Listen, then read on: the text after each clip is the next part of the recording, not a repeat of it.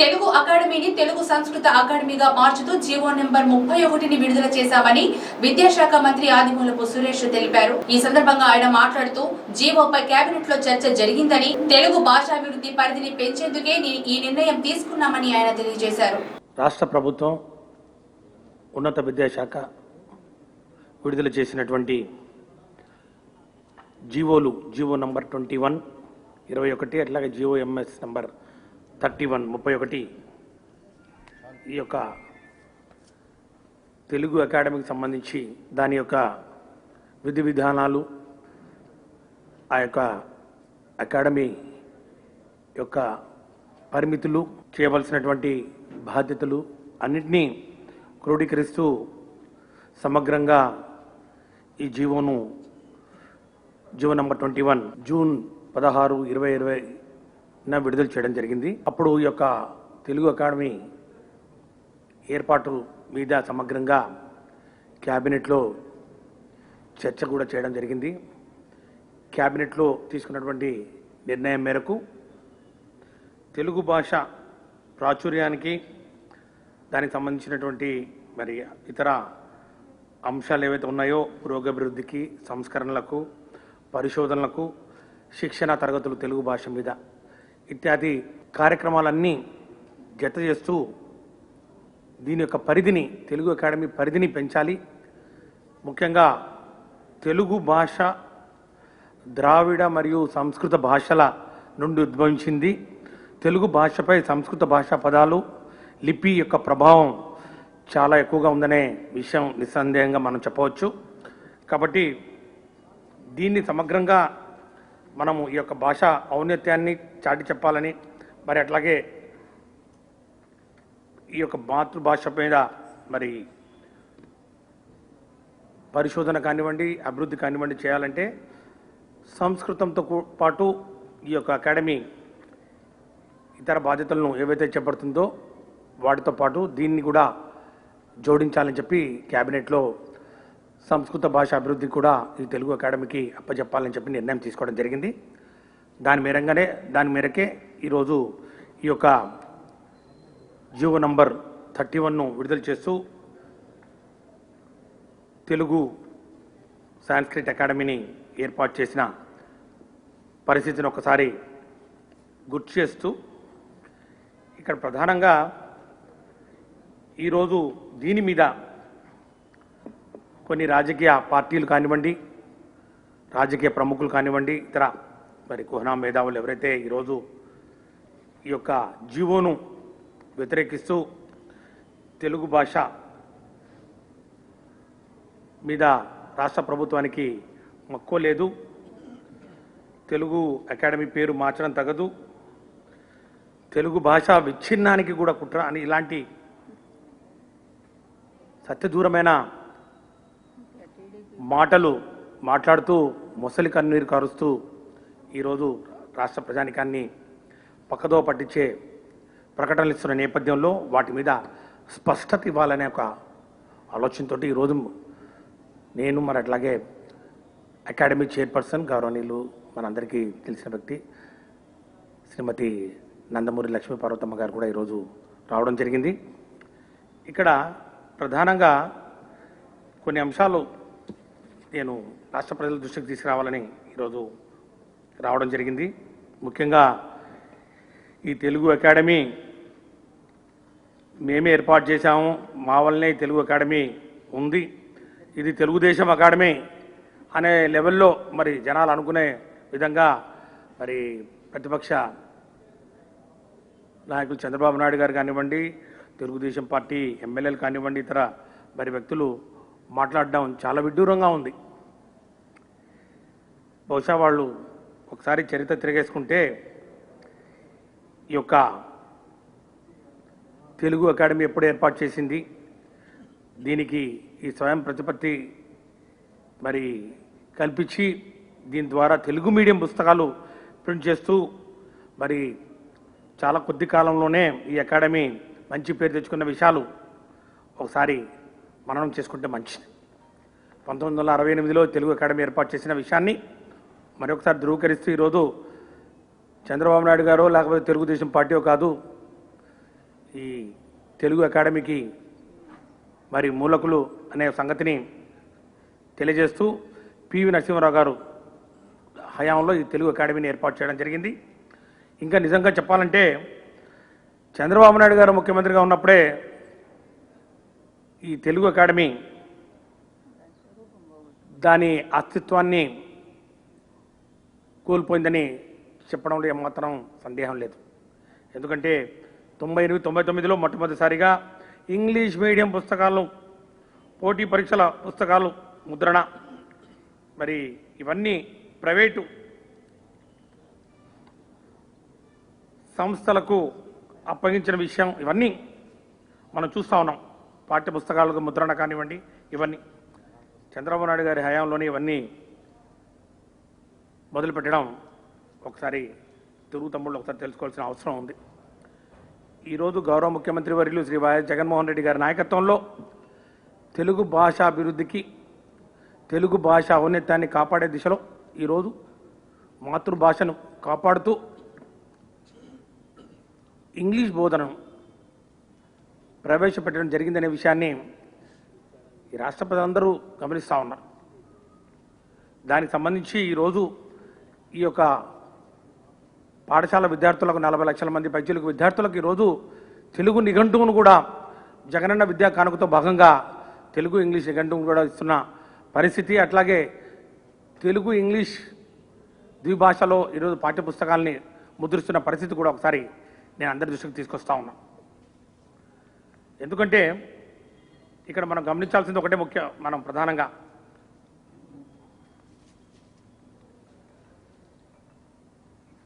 ఈ తెలుగు భాష మీద ముఖ్యంగా మనం ఏదైతే ఈరోజు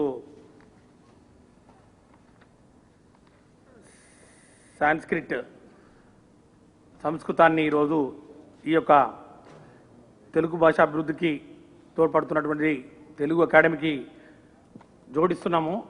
దీంట్లో ప్రధానంగా మనం గమనించాల్సింది సంస్కృతం ఈరోజు భారతీయ భాషలన్నిటికీ మూలం.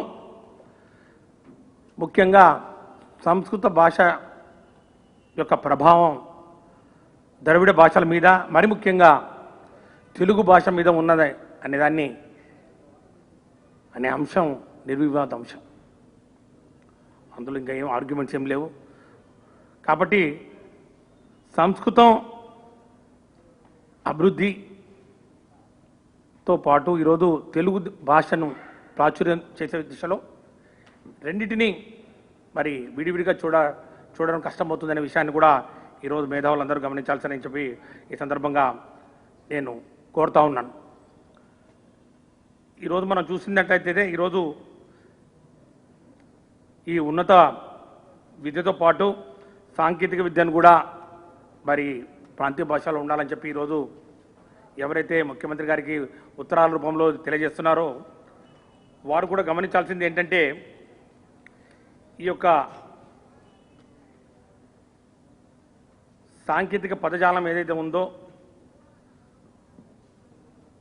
అట్లాగే ఈ యొక్క టెక్నికల్ టర్మినాలజీ ఏదైతే ఉందో, వీటన్నిటికీ పదజాలం యొక్క మూలాల్ని మనం తెలుసుకోవాలంటే ఖచ్చితంగా సంస్కృతం మీద పట్టు సాధించాల్సిన అవసరం ఎంతైనా ఉంది. ఈరోజు మేము చాలా స్పష్టంగా చెప్పడం జరిగింది. జీవోలో కూడా ఈ జీవోలో ఏవైతే ఈ యొక్క తెలుగు అకాడమీ యొక్క బాధ్యతలు ఉటంకిస్తూ అంశాలను చెప్పడం జరిగిందో, అందులో ప్రధానంగా ఈ తెలుగు భాష ప్రమోషను, స్ప్రెడ్డింగ్కు, తెలుగు భాష యొక్క development, dissemination, advancement of Telugu language గురించి, తెలుగు లిటరేచర్ గురించి, standardisation of scientific and technical and administrative terminology ఆ యొక్క పదజాలాన్ని చేయడం అనేది, అట్లాగే డిక్షనరీస్ను, గ్లాసరీస్ను తయారు చేయాలి.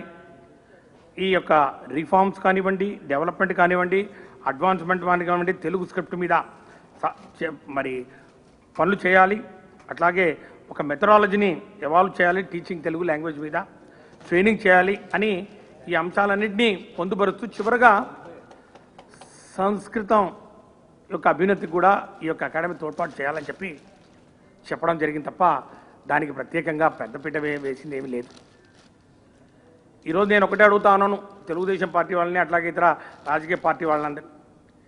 ఈ తెలుగు అకాడమీ ఏదైతే ఉందో ఉమ్మడి రాష్ట్రంలో రాష్ట్ర విభజన తర్వాత, పునర్విభజన తర్వాత ఈ యొక్క తెలుగు అకాడమీ దానికి సంబంధించినటువంటి రూల్స్ కానివ్వండి, బైలాస్ కానివ్వండి, రిక్రూట్మెంట్ ఆఫ్ ఆఫీసర్స్ కానివ్వండి, స్టాఫ్ కానివ్వండి, ఇవన్నీ 2 సంవత్సరాల కాలంలో బైఫర్కేషన్ అయిన తర్వాత under section 101 of the Andhra Pradesh reorganisation act 2014 లోపల జరగాల్సిన విషయం మీ అందరికీ తెలియదా? మరి ఆ విధంగా అది జరిగిందా? ఆ విధంగా జరగకపోవడం వలన ఈరోజు ప్రత్యేకంగా తెలుగు అకాడమీని ఏర్పాటు చేయవలసి వచ్చింది. ఈరోజు తెలుగు భాష ఔన్నత్యానికి గురించి, ఈ తెలుగు అకాడమీ పేరు మార్చడం మీద ఈరోజు ముసలి కన్నీరు కారుస్తున్నటువంటి ఈరోజు ఈ యొక్క పార్టీలు ఏవైతే ఉన్నాయో ఒకసారి మీరు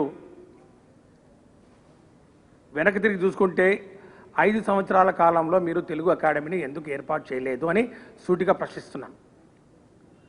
5 సంవత్సరాల కాలంలో తెలుగు అకాడమీని ఏర్పాటు చేయకుండా ఉండి కేవలం నారాయణ చైతన్య లాంటి సంస్థలకు ఈ యొక్క ప్రింటింగ్ బాధ్యతలు అప్పగించి ప్రైవేటు యాజమాన్యాలకు కొమ్ము కాస్తూ దీన్ని నిర్వీర్యం చేసింది ఈ యొక్క తెలుగు అకాడమీని తెలుగుదేశం పార్టీ ప్రభుత్వం కాదా అని చెప్పి నేను ఈరోజు ప్రశ్నిస్తా ఉన్నాను. 5 సంవత్సరాల పాటు ఈ యొక్క తెలుగు అకాడమీ ఏర్పాటు చేయకపోతే ఈరోజు ఎవరైతే గొంతులు వేస్తూ ఉన్నాయో, ఎవరైతే పెద్ద పెద్ద గొంతులు వేసుకొని ఈరోజు పడిపోయి ఈరోజు మాతృభాష మీద మాకు మక్కువ లేదని చెప్పి ఈరోజు పుంకాలుగా ఈరోజు స్టేట్మెంట్లు ఇస్తూ ఉత్తరాలు రాస్తున్నారో, ఎందుకు వాళ్ళు ఆ రోజు మరి తెలుగుదేశం పార్టీని ప్రశ్నించలేదని చెప్పి మేము ఈరోజు అడుగుతా ఉన్నాం.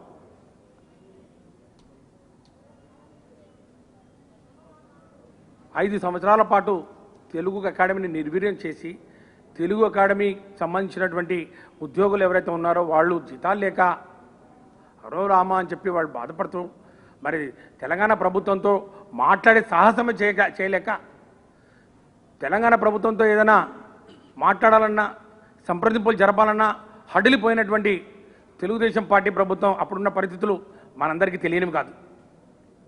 కనీసం కూర్చొని చర్చలకు మరి వెళ్ళాలంటే కూడా భయపడినటువంటి పరిస్థితుల్లో 5 సంవత్సరాలు తెలుగు అకాడమీని గాలికి వదిలేసి దాంట్లో పనిచేస్తున్నటువంటి ఉద్యోగులు ఎవరైతే ఉన్నారో, ఈ నెలసరి మరి జీతాలు పనిచేస్తున్నటువంటి ఉద్యోగులు ఎవరైతే ఉన్నారో జీతాలు లేక అలమటించి, మరి ముఖ్యంగా తెలంగాణ ప్రభుత్వం వాళ్ళ దయాదాక్షణాల మీద ఆధారపడినప్పుడు 5 సంవత్సరాల పాటు వాళ్ళు ఏం చేస్తారని చెప్పి మేము ప్రశ్నిస్తూ ఉన్నాం. ఈరోజు వైఎస్ఆర్ కాంగ్రెస్ పార్టీ ప్రభుత్వం అధికారంలోకి వచ్చిన వెంటనే ఈ అంశాన్ని తీసుకున్నాం. దీనికి సంబంధించినటువంటి న్యాయస్థానంలో ఉన్నటువంటి అంశాలు ఏవైతే ఉన్నాయో దాన్ని పరిశీలించడం జరిగింది.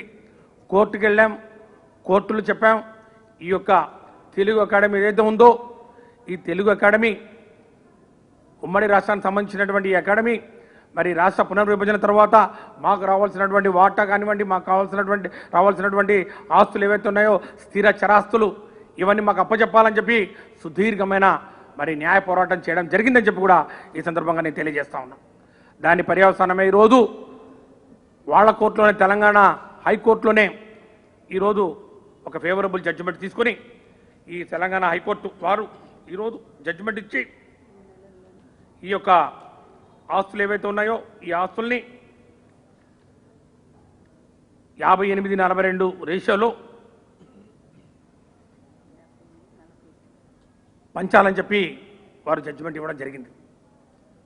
తిరిగి వాళ్ళు తెలంగాణ ప్రభుత్వం దీని మీద మళ్ళా సుప్రీంకోర్టుకు వెళ్తే సుప్రీంకోర్టులో కూడా పోరాటం చేసి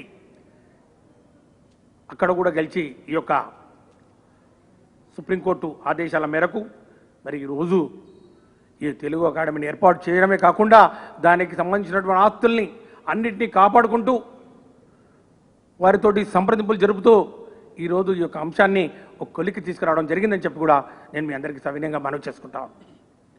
నిన్ననే ఈ తెలంగాణ తెలుగు అకాడమీ అధికారులతోటి మరి అట్లాగే ఆంధ్రప్రదేశ్ తెలుగు అకాడమీ చైర్పర్సన్ మరి అధికారులు అందరూ కూర్చొని సామరస్యపూర్వకంగా మరి ఈ యొక్క అంశం మీద చర్చలు జరపడం, ఈ యొక్క అంశాలు ఏవైతే దీర్ఘకాలికంగా అపరిష్కృతం కాకుండా పడి ఉన్నాయో వాటిని జాగ్రత్తగా మరి ఒకటి తర్వాత ఒకటి దాన్ని పరిష్కారం చేసుకుంటూ ఈరోజు వారిని తెలంగాణ ప్రభుత్వాన్ని మరి ఒప్పించి మనకు రావాల్సినటువంటి ఆస్తులు ఏవైతే ఉన్నాయో అదేదో 10-20 కోట్లు కాదు, 30 కోట్లు కాదు, సుమారు 180 నుంచి 200 కోట్ల రూపాయల ఆస్తుల్ని ఈరోజు ఈ యొక్క నిష్పత్తిలో, ఈ దామాషా నిష్పత్తిలో ఏదో 58-42 రేషియోలో పంచడానికి ఈరోజు వాళ్ళని ఒప్పించి మరి ఈ దశకు తీసుకొచ్చామనే సంగతి కూడా ఈరోజు అందరూ గమనించాలి. ఇంత చేసి ఈ యొక్క అకాడమీని ముందుకు తీసుకుపోతూ దీనికి కావాల్సినటువంటి నిధుల సమీకరణ కానివ్వండి, కేటాయింపులు కానివ్వండి, ఏమాత్రం తగ్గేది లేదు అని చెప్పి ఈరోజు గౌరవ ముఖ్యమంత్రి వర్యులు శ్రీ వైఎస్ జగన్మోహన్ రెడ్డి గారు ఈ తెలుగు భాష అభివృద్ధికి, ముఖ్యంగా దీనికి ఉన్నటువంటి పూర్వ వైభవాన్ని తిరిగి తీసుకురావాలి. ఏదైతే మరి ఈ తెలుగు అకాడమీ యొక్క పబ్లికేషన్స్ ఏవైతే ఉన్నాయో మార్కెట్లో దానికి ఉన్న విలువలు ఏవైతే ఉన్నాయో దాన్ని కాపాడాలనే ఉద్దేశంతో దానికి కావాల్సినటువంటి నిధులు వెంటనే కేటాయించాలని చెప్పి వారు ఆదేశాలు ఇవ్వడం జరిగింది. మనందరికీ తెలిసిన విషయమే, తెలుగు అకాడమీ బుక్స్ అంటే ఎంత స్టాండర్డ్ బుక్స్.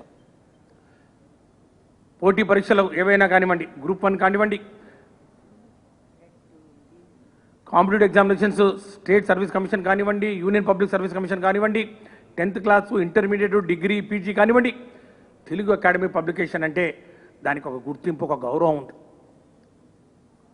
ఆ పబ్లికేషన్స్ ద్వారా వచ్చిన పుస్తకాలు ఏవైనా కానీ, మోనోగ్రాఫ్లు కానివ్వండి, టెక్స్ట్ బుక్లు కానివ్వండి, డీటెయిల్ నోట్స్ కానివ్వండి, ట్యూటోరియల్స్ కానివ్వండి, డిక్షనరీస్ కానివ్వండి, ఏ విధంగా మార్కెట్లో హాట్ కేకులాగా అమ్ముడుపోతూ ఎప్పటికప్పుడు విద్యార్థులు స్టాక్ అయిపోయినాయి, దీన్ని మళ్ళీ ప్రింట్ చేయాలి, 2వ ముద్రణ 3వ ముద్రణ అని చెప్పి ఏ విధంగా తెలుగు అకాడమీ వేలకు వేలు లక్షల కాపీలు ప్రింట్ చేస్తూ ఈ యొక్క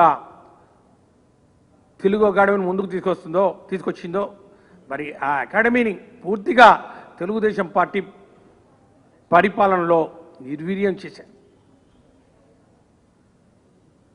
ప్రైవేట్ యాజమాన్యాలకు కొమ్ము కాస్తూ పూర్తిగా దాన్ని తెలుగు అకాడమీ పబ్లికేషన్ డివిజన్నే నిలుపుదల చేశారు.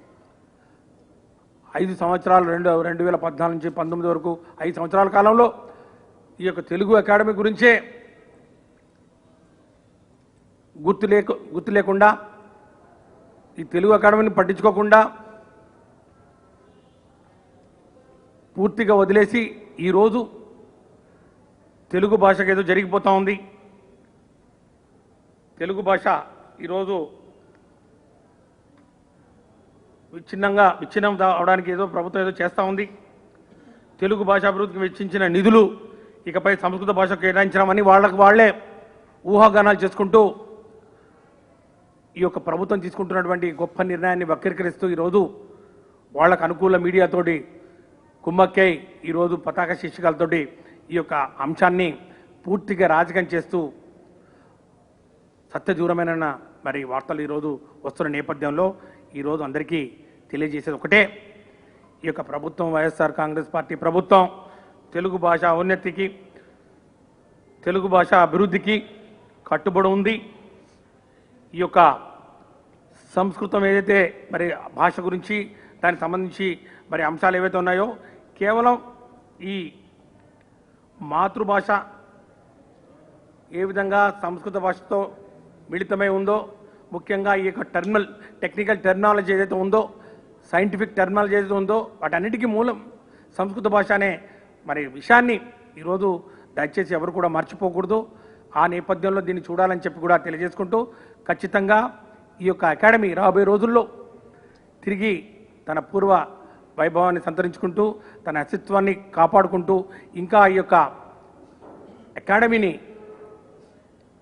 ఒక ఆంధ్ర రాష్ట్రంలోనే కాదు, తెలుగు భాషా రాష్ట్రాలే కాదు యావత్ ప్రపంచంలో ఎక్కడ తెలుగు భాష మరి మాట్లాడుతున్నారో మరి వారందరికీ అందుబాటులో ఉండే విధంగా మరి దీనికి సంబంధించినటువంటి పబ్లికేషన్స్ కానివ్వండి, రచనలు కానివ్వండి విస్తృతంగా వ్యాప్తి చేయడానికి కృషి చేస్తామని చెప్పి కూడా తెలియజేస్తున్నాం.